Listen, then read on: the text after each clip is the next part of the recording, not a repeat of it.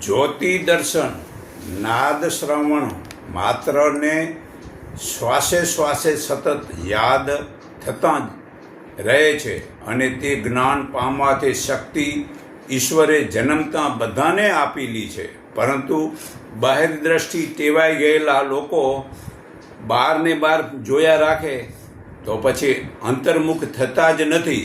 તેથી તે ઈશ્વર આનંદ માણી જ શકતા જ નથી. જ્યાં સુધી આપણી શક્તિને વાણીથી બોલીને, આંખ વડે જોઈને ને કાન વડે સાંભળીને વાપરીએ છીએ તેને રોકશું નહીં, ત્યાં સુધી આપણને અંતકરણમાં રહેલા આત્માનો આનંદ મળશે જ નહીં. જ્યાં સુધી વ્યવહારની આસક્તિઓ અંતકરણમાં ભરી રાખી છે.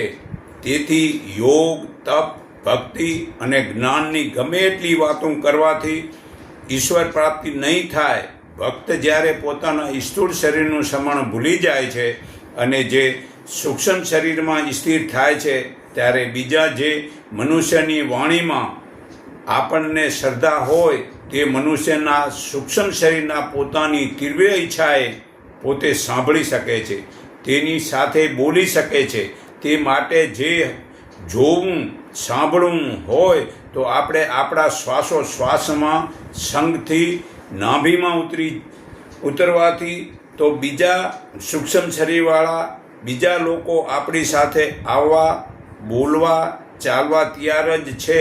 પરંતુ તે માટે આહાર જે સાત્વિક પાંદડાનો લીલો રસ, રંજકો, તાંદળજો, પાલક, ફળો વગેરે લેવું અને એકાંત અને મૌનનું પાલન કરીને આપણા સ્થૂળ શરીરને નિરોગી બનાવીને ઈશ્વર કહે છે કે ગીતા અધ્યાય 18:66 સર્વે ધર્મ છોડીને તું મારા એકના શરણે આવ, હું તને સર્વ પાપોથી છોડાવીશ.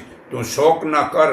તો નાભી, હૃદય અને આ બ્રહ્માંડ એટલે માથામાં આકાશથી પર એવા મહદા પ્રકાશમાં આપણું મૂળ આત્મા અંશ રહેલું છે. ત્યારે સાચા દર્શન થાય છે. ઈશ્વરની કૃપાથી જ્ઞાનના પ્રકાશના દીવા વડે અજ્ઞાન અને અંધકારનો નાશ આ ઈશ્વર કરે છે. ગીતા અધ્યાય 10 શ્લોક 11 પુરાવો છે. તેથી તે દર્શન થાય છે. તો એ દર્શન મતલબ કે પરમાત્માનો તો સદગુરુ આ શાન કરીને પરમાત્મા અહીંયા હાજરા હજુર છે એના દર્શન કરાવે છે. ત્યારે પછી એને બીજી બહારના કોઈ દર્શનની જરૂર જ નથી રહેતી.